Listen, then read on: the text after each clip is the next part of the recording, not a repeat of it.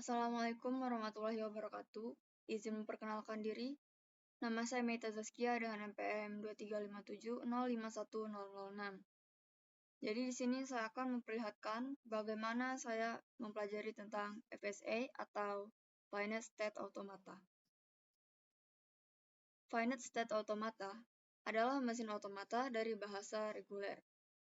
FSA bukan suatu mesin fisik, tapi suatu model matematika dari suatu sistem yang menerima output dan juga input diskrit.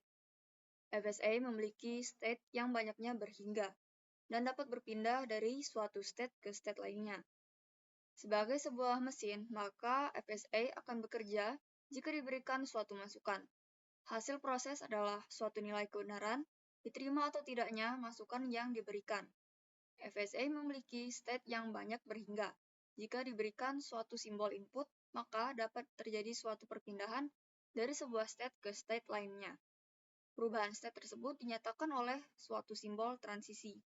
Mekanisme FSA tidak memiliki memori, sehingga selalu mendasar pada prosesnya posisi state saat ini. Misalnya, pada mekanisme kontrol sebuah lift, selalu didasari pada posisi lift saat itu, pada suatu lantai, pergerakan ke atas atau bawah, dan sekumpulan permintaan yang belum terpenuhi. Finite state automata dinyatakan oleh pasangan 5 tuple, yaitu M adalah key, sigma, delta, S, dan juga F.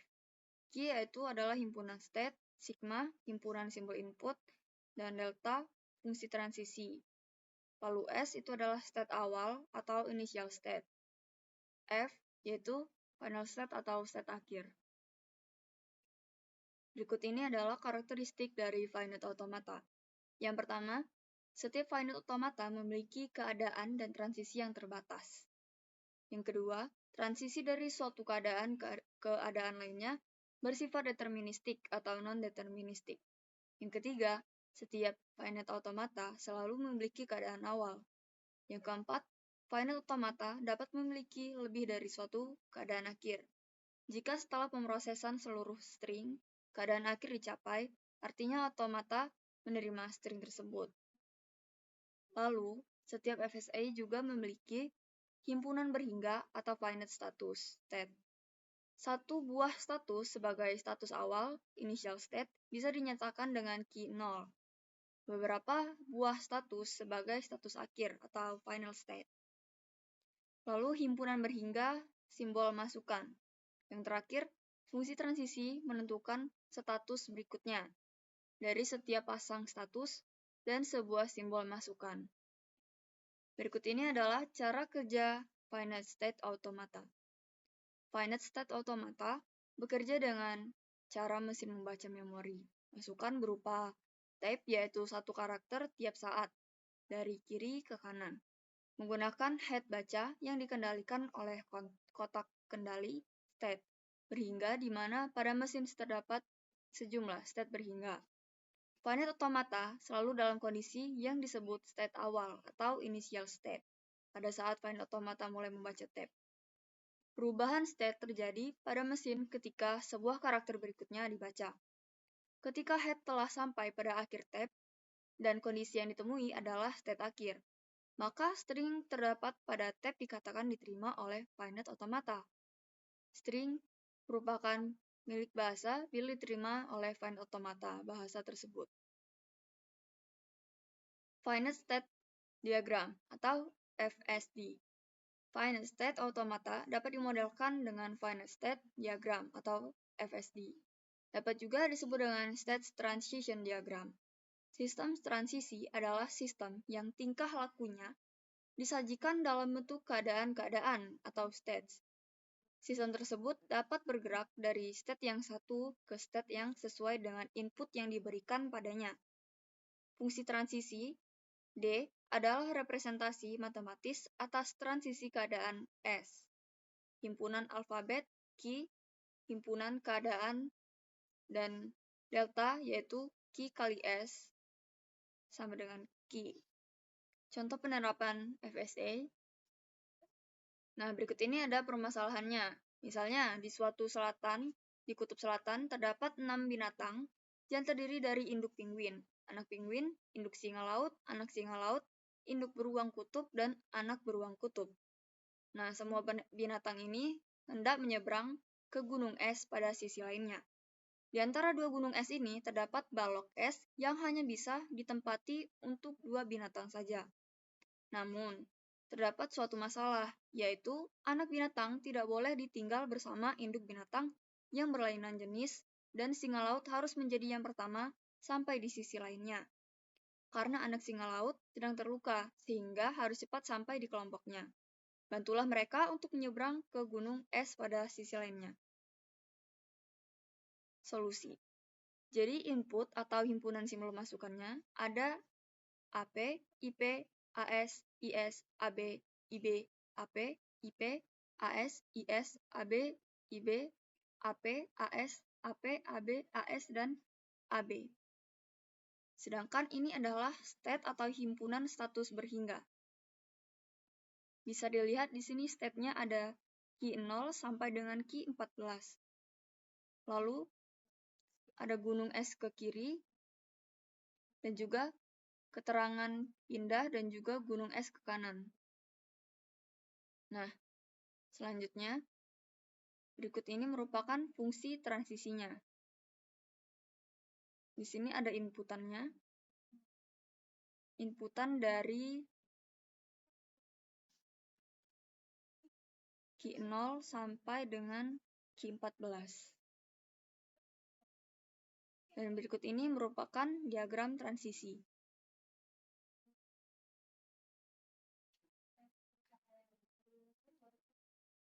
Setelah ada contoh masalah, kemudian ada jenis FSA. Ada dua jenis FSA, yaitu yang pertama Deterministic Finite Automata atau DFA. Dari suatu state, ada tepat satu state berikutnya untuk setiap simbol masukan yang diterima. Deterministik artinya tertentu atau sudah tertentu fungsi transisinya. Notasi matematis DFA ini sama saja yang kayak tadi. Jadi kita lanjut ke contohnya. Nah, di sini ada contoh DFA, yaitu key-nya berupa key 0, key 1, key 2, dan juga key 3. Sigmanya adalah 0, himpunan 0, dan 1. S atau initial state-nya yaitu key 0. Dan final state-nya atau state terakhirnya adalah key 2. Nah, berikut adalah tabelnya, tabel deltanya, transisi. Dan juga di sini ada gambar dari diagram DFA. Setelah diberi input 10010, diterima karena inputan berhasil mencapai state akhir. Dapat dilihat pada diagram berikut ini. Nah, apabila inputannya 01101, maka ditolak karena titik berakhirnya tidak di key 2 atau finish. Jenis selanjutnya yaitu Non-Deterministic Finite Automata atau NFA. Dari suatu state ada 0,1 atau lebih dari state berikutnya untuk setiap simbol masukan yang diterima. Non-Deterministic Finite Automata yaitu otomata berhingga yang tidak pasti untuk setiap pasang state input, bisa memiliki 0 atau lebih pilihan untuk state berikutnya.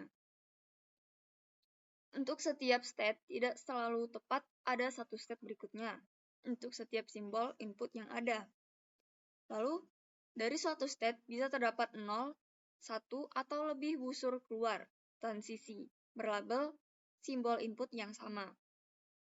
Untuk NFA, harus dicoba semua kemungkinan yang ada, sampai terdapat satu yang mencapai state akhir. Suatu string X dinyatakan diterima oleh bahasan NFA jika M yaitu mencakup key, sigma, delta, S, dan F, bila SX itu memuat sebuah state di dalam F. Notasinya sama saja, seperti yang tadi, seperti yang DFA. Nah, berikut ini adalah contoh dari NFA. Di sini ada diagram dari NFA. Dapat dilihat bahwa Jika hanya hanya satu lingkaran, itu berarti state awalnya yang ini. Lalu jika dia lingkaran yang ganda, maka dia state akhir. Yaitu gambar ini mempunyai definisi formal sebagai berikut, yaitu Q-nya berupa 0, 1, 2, 3, 4, sigmanya adalah AB, Q0 sama dengan 0, F-nya 2,4. Dan diagram transisi dapat dilihat pada tabel berikut ini.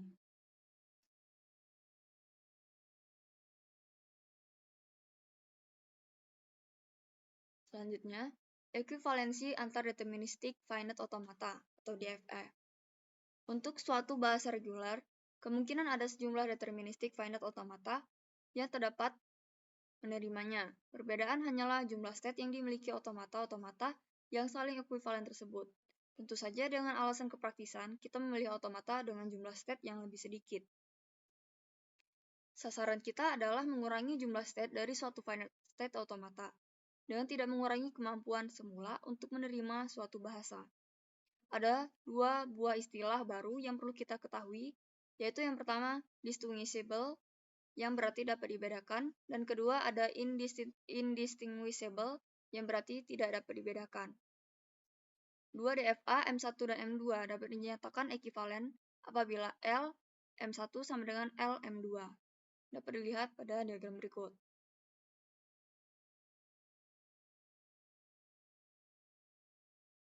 Reduksi jumlah state pada FSA. Reduksi dilakukan untuk mengurangi jumlah state tanpa mengurangi kemampuan untuk menerima suatu bahasa seperti semula efisiensi. State pada FSA dapat direduksi apabila terdapat useless state.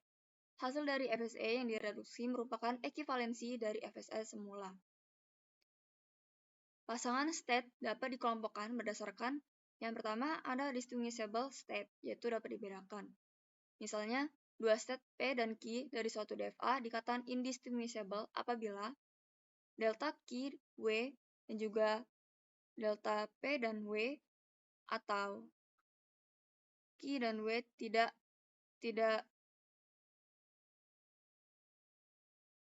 aduh susah nih bacanya.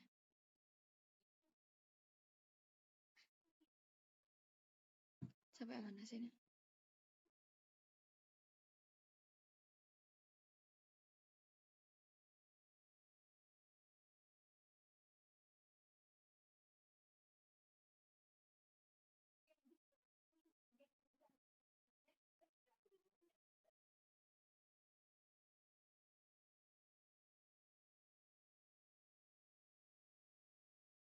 Pasangan state dapat dikelompokkan berdasarkan yang pertama distinguishable state atau dapat dibedakan.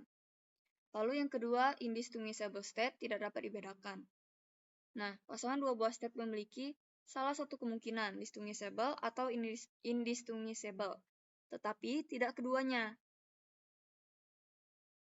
Dalam hal ini terdapat sebuah relasi. Jika P dan Q indistinguishable dan Q dan R indistinguishable, maka P dan R indistinguishable dan PQR indistinguishable. Dalam melakukan evaluasi state, didefinisikan suatu relasi, yaitu untuk Q yang merupakan himpunan semua state. D adalah himpunan state di mana distinguishable. Lalu N adalah himpunan state-state indistinguishable. Nah, contohnya adalah diagram berikut ini. Penyelesaiannya adalah sebagai berikut.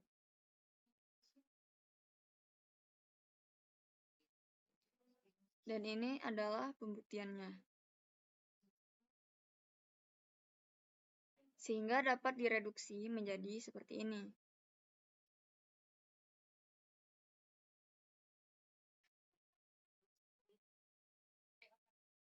Nah, itu saja yang dapat saya sampaikan. Terima kasih. Wassalamualaikum warahmatullahi wabarakatuh.